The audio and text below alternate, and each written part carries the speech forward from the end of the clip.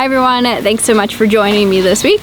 We have returned to St. Mark's to talk about birds and bird migration.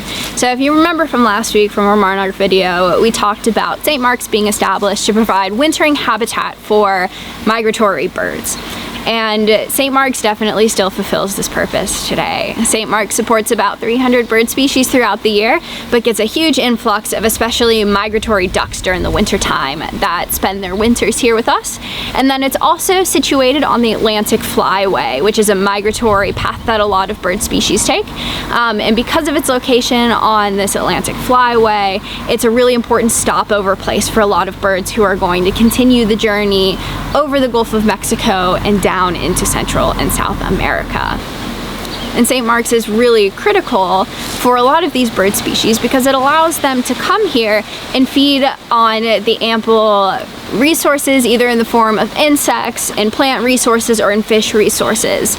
So birds time their migration with either the flowering or the setting seed of different plant species, of different insect emergences, or with abundance of fish. Because birds are making this huge journey that's for some hundreds of miles, for others thousands of miles, they need lots of resources to be able to get the nutrients that they need to make these massive journeys out over open water where there's no place for them to stop.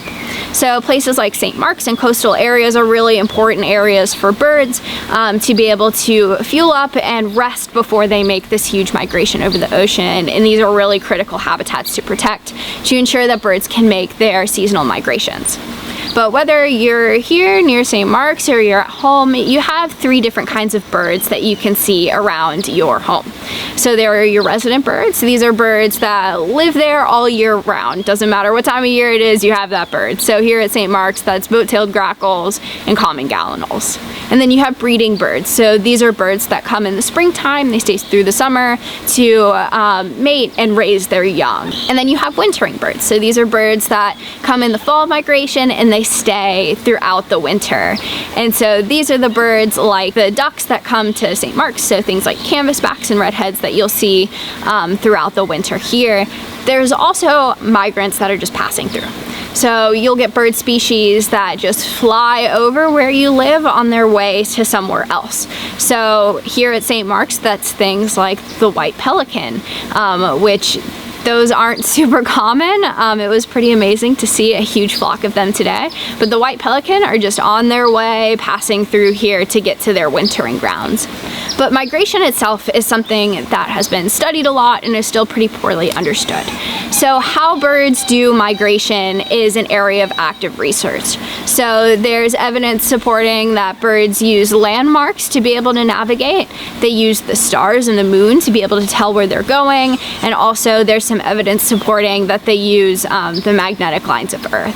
But this is still a hot topic of research, and a lot of people are pouring their time, their lives, their careers into understanding how birds do these incredible long distance journeys. One way that researchers use citizen science, so science done by non-academics or non-professionals, is by using eBird data. So eBird is this database where anyone can go out, look for birds, make a list of what birds they saw, and they upload it to this database.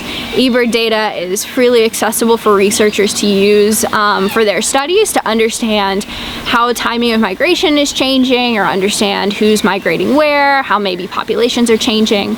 And so eBird data just for 2021 went to 101 published papers. So 101 papers were published just since the start of this year using eBird data to help us understand migration better. But whether you're close by and you can travel to St. Mark's, or if you're somewhere else, fall is an amazing time to start learning the birds that live around you. By spending time outside during the fall, during this peak migration time, you'll be able to learn not only who your resident species are, but the birds who are using the areas around where you live as important feeding areas. So if you're interested in providing the food that these birds need, or providing areas where they can forage, the best thing that you can do is to plant native plants. So I'll link the native plant search search tool in the video, but planting native plants provides food for birds and food for butterflies and will attract a natural community to your home. So I encourage you to get outside this season, get to know the birds that live around you. I'll put a link to a good app to help you identify birds, a link to a good article about how to start looking for birds and identifying birds, and I will see you at another location next week.